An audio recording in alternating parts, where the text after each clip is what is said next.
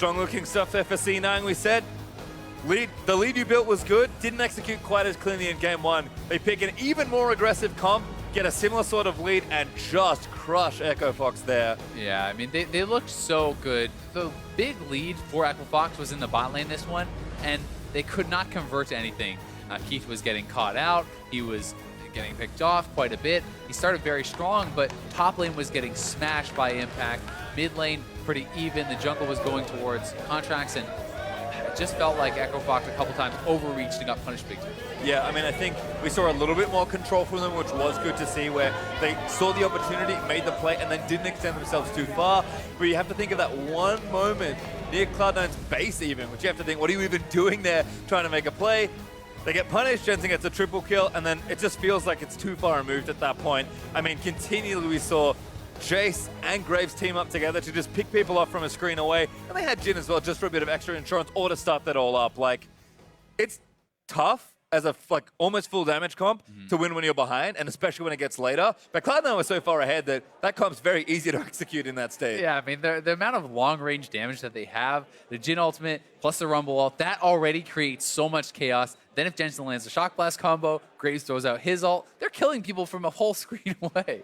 And I mean, we've seen comps like this fail for teams as well. These are much harder to play. Rumble has been a champion that seems like a sore point. A lot of top laners think that this is such a strong champion, one of the best champions you can have in top lane, but the ceiling on the champion's pretty high, and the floor's not that low either. So being able to play it effectively, you even mentioned it, Impact had a great lane, looked pretty good, and still wasn't making the equalizer look like that good of an ultimate. And I mean, the one thing that is very important about having that Rumble is it gives you the diverse damage profile, right? Because you have a triple AD carry composition. That, in particular, makes it so easy to itemize against if there isn't the Rumble in the top lane, but this time they have a huge AP threat. You need to build MR as well. Well, we mentioned it already. We actually are going to cover the post-game here. Let's have a look at JENSEN's triple kill, where Echo Fox did kind of overextend in this play, so this part looks okay. Yeah, I mean, this is after they had already won the fight at Dragon.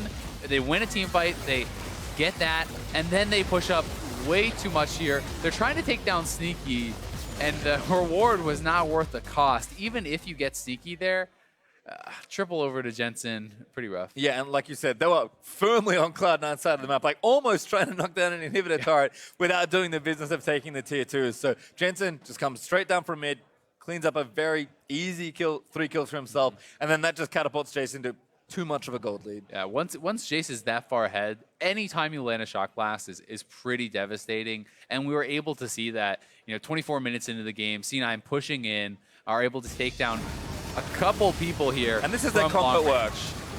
Exactly, and you see the equalizer to start it out. You have the long-range engage from the Jin, plus the Jace. This is the whole point of the composition, attacking your opponents before they can ever actually respond. And the big problem here for Echo Fox was they have their team that needs to be together with the tank, with FROGGEN zoning. Their whole team works well together as a 5-man squad, but they were not together. FROGGEN was not there, and Cloud9 has such an easy time of engaging, so they didn't really inspect. And you can see Mountain Drake and 2 Infernals for Cloud9 there.